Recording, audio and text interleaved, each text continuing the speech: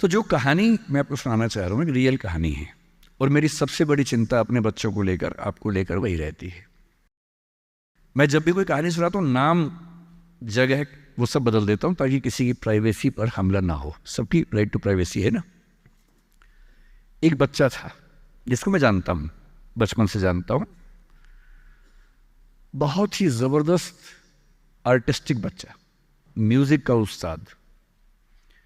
उसके घर में लगभग सब लोग म्यूज़िक के उस्ताद थे, इंस्ट्रूमेंटल म्यूज़िक, वोकल म्यूज़िक, हर चीज़ में अच्छा, पढ़ने में भी ठीक, बढ़िया। और जब हम स्कूल में थे, वो मेरी क्लास में तो नहीं था, थोड़ा सा अलग क्लास में था, पर स्कूल में बहुत पॉपुलर था, being into music. I was in debating, he was into music. और बाद में उसने हमारा स्कूल छोड़ भी दिया कुछ समय के बाद, फिर वो कहीं और चला गया, फिर हमारा मिलना नहीं हुआ। उस समय ना तो व्हाट्सएप था ना यूट्यूब था, तो बाद में मिलने का स्कोप भी नहीं रहता था। जो एक बार चला गया वो चला ही जाता था उस समय। अब तो बच्चे ज़िंदगी भर दोस्त रहते हैं। फिर जब मैं दिल्ली यूनिवर्सिटी में आ गया, ग्रेजुएशन कर चुका था, उसके बाद अचानक मुझे एक बचपन का दोस्त मिला जिसने मुझे एक इंटरेस्टिंग क्या, डेवास्टेटिंग बात बताई। तो बात चल रही थी कि स्कूल के दोस्त कहाँ कहाँ हैं, क्या कर रहे हैं। तो बातों बातों में उसका जिक्र भी आया। तो मैंने बड़ी उम्मीद से पूछा, मैंने कहा वो तो बॉम्बे चला गया होगा, फिल्म इंडस्ट्री में चला गया होगा। तो मेरे दोस्त ने पूछा कि तुम्हें नहीं पता उसके बारे में? मैंने कहा नहीं। उसने कहा यार वो जेल में है, and he was one of the most creative students of our school. मैंने कहा जेल में क्यों है? बोले सच में नहीं पता। मैंने कहा सच में नहीं पता मुझे। बोले वो ग्रेजुएशन करने के लिए जब गया तो पता नहीं क्या हुआ, उसकी थोड़ी संगति खराब हो गई। बैड कंपनी जिसको हम बोलते हैं, जो इस उम्र में अच्छी लगती है, वही वाली। तो कॉलेज लाइफ में थोड़ी बहुत बैड कंपनी सबकी होती ही है, हल्की फुल्की होती है, एक सामान्य बात है।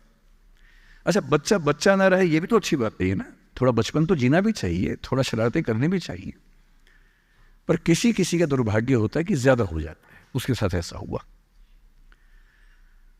उस सब प्रोसेस में उसको ड्रग्स की आदत लग गई।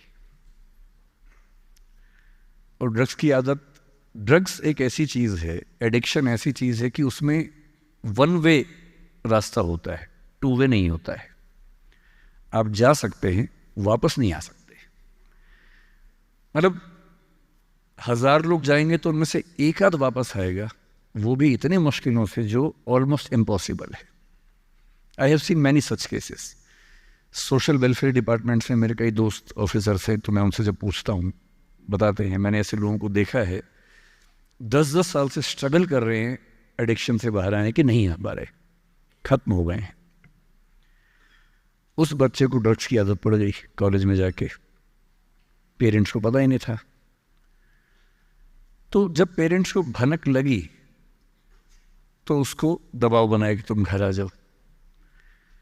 अब वो जिस कंपनी में था, दोस्तों वाली कंपनी में, वहाँ अब ड्रग्स तो बहुत महंगे होते थे, पैसे घर से बहुत कम आते थे, जितने पैसे एक मिडिल क्लास फैमिली दे सकती है। अब वो घर से ज़्यादा पैसे मांगने लगा, पैसे मिलते नहीं थे। उसको अपने ही घर के लोगों पर गुस्सा आने लगा। तो एक बार वो अपने घर आया हुआ था छुट्टियों में, और वहाँ भी वो कुछ कुछ करता रहता था। उसके पेरेंट्स ने उसको बहुत समझाया कि बेटा ऐसा मत करो। और एक दिन इस बात पे झगड़ा बढ़ गया। भाई आप पेरेंट्स की चिंता समझेंगे आज से 30 साल बाद, जब आपके बच्चे इस एज में होंगे ना, आपकी नानी मर जाएगी उस समय। नानी मरना एक मुहावरा है, इसका मतलब बहुत चिंता में रहेंगे उस समय आप। और उस दिन पता नहीं क्या हुआ, एक झगड़ा हुआ, क्योंकि जो एडिक्शन के शिकार हैं उनका दिमाग उनके कंट्रोल में नहीं होता है। यहाँ तक कि जो ड्रिंक करते हैं, ड्रिंक एक लेवल से ज़्यादा कर लें तो दिमाग कंट्रोल से बाहर निकलने लगता है। ड्रग्स में तो ये एलिमेंट बहुत ज़्यादा होता है। और आधी रात को उसने क्या किया, उसने अपनी फैमिली के 5 लोगों का मर्डर कर दिया। मर्डर। उसने खाने में जहर मिलाया, लगभग सब लोग उससे मर गए।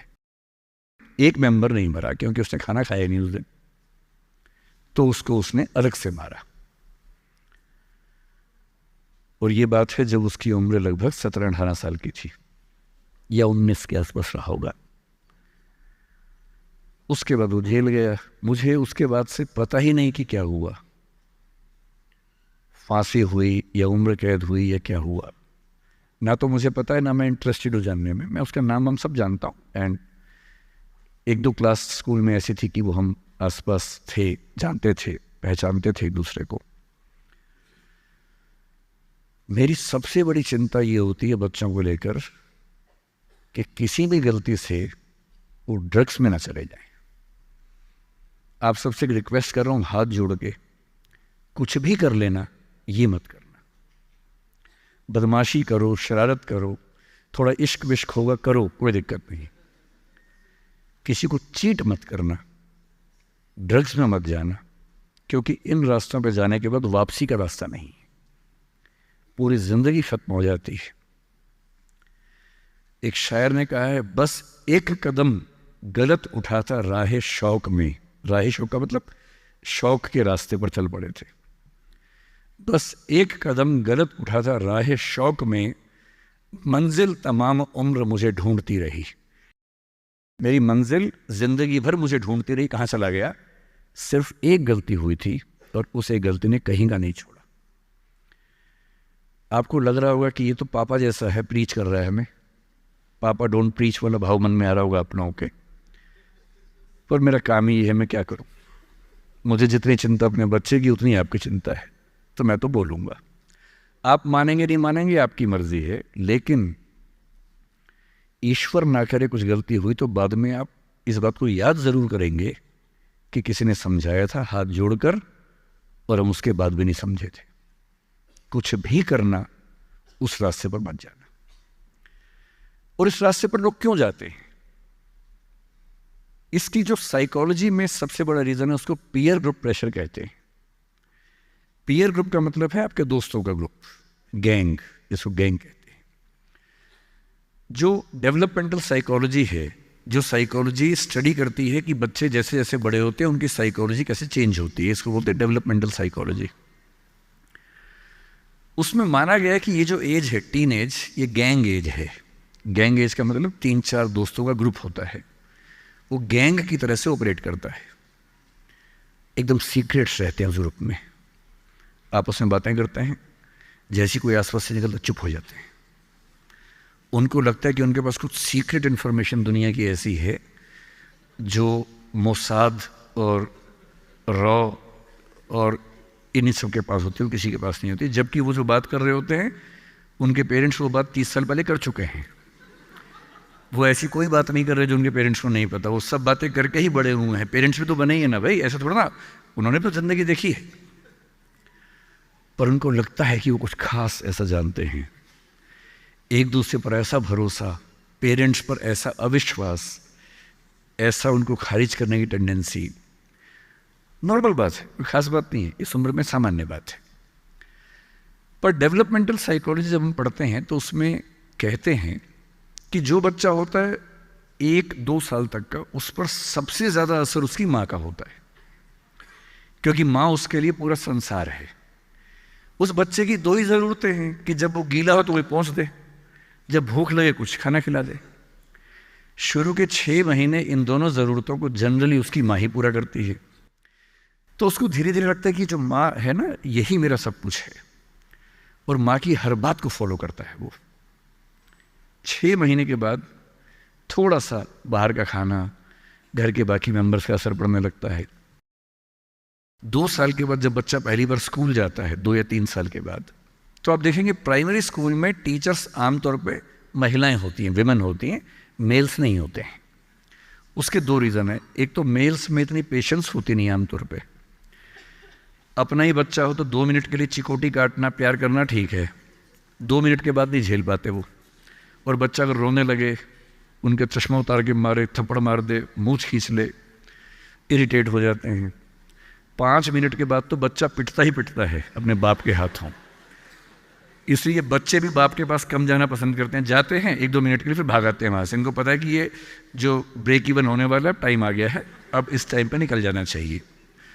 मदर्स में बायोलॉजिकली भी और कल्चरली सोशली भी ये वैल्यू ज़्यादा डेवलप हो जाती है कि वो झेल लेती हैं उस बच्चे की परेशानियों को। बच्चे बहुत परेशान करते हैं। अगर आप मुझसे पूछें इस दुनिया में सबसे मुश्किल काम क्या है, सबसे मुश्किल है बच्चे को पालना। इससे मुश्किल कोई काम नहीं है। छठी का दूध याद दिला देते हैं बच्चे। बच्चे को पालने से मुश्किल दुनिया का कोई काम नहीं है, और वो काम जनरली हमारे घरों में मदर्स करती है, जिनका इतिहास में नाम नहीं लिखा जाता, जबकि सबसे महत्वपूर्ण काम घर के अंदर वो कर रही हैं। इस बात की बहुत वैल्यू है।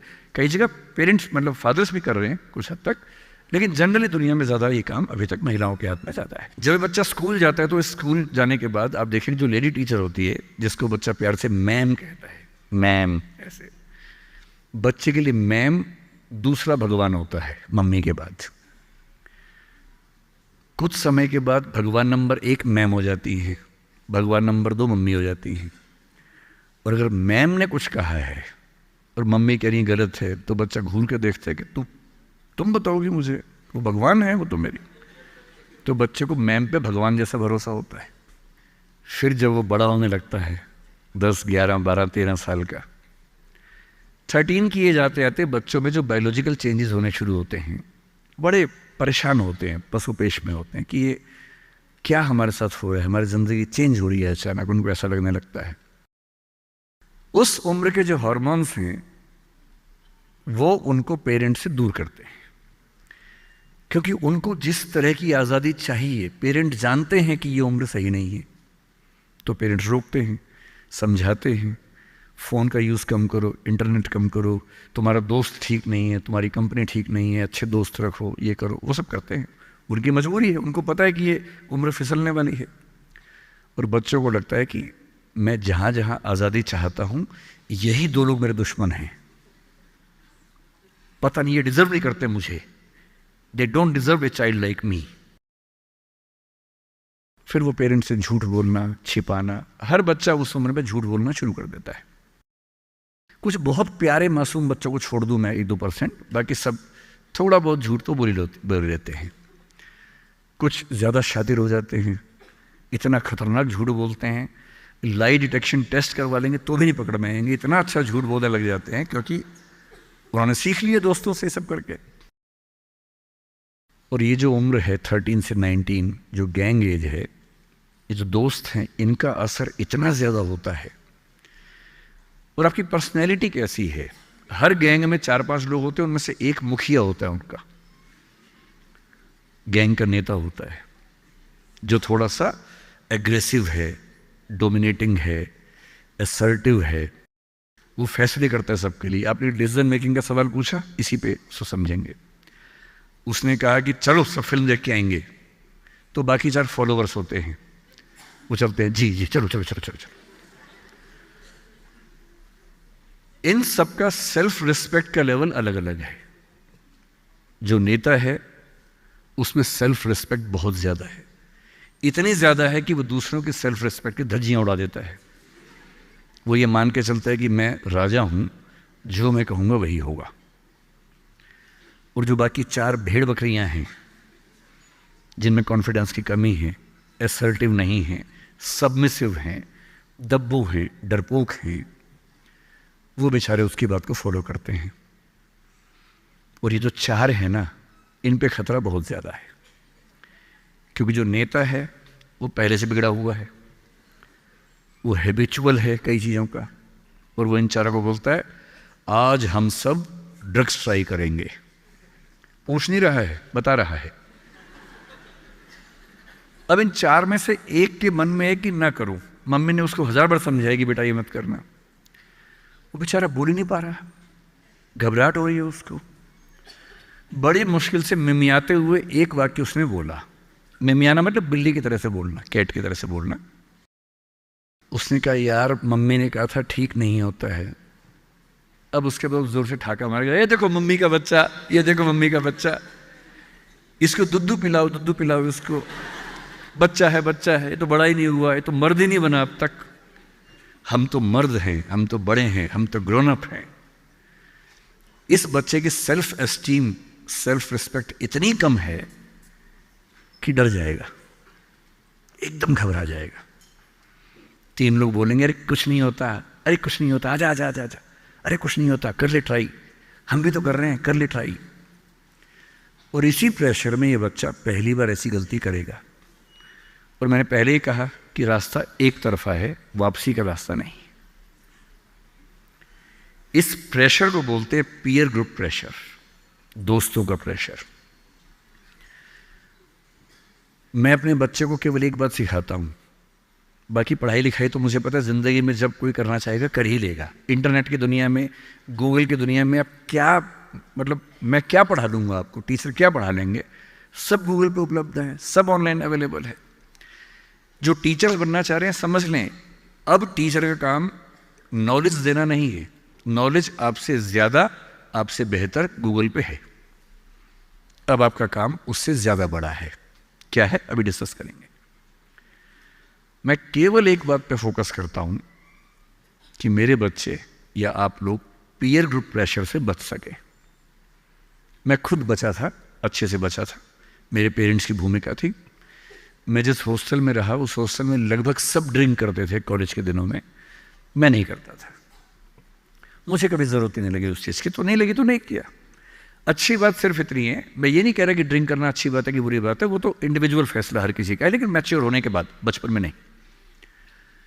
मैं सिर्फ ये कहना चाह रहा हूँ कि अगर 4 लोग मुझ पर दबाव डालें और मैं उनके दबाव में आ जाऊँ, ये ठीक नहीं।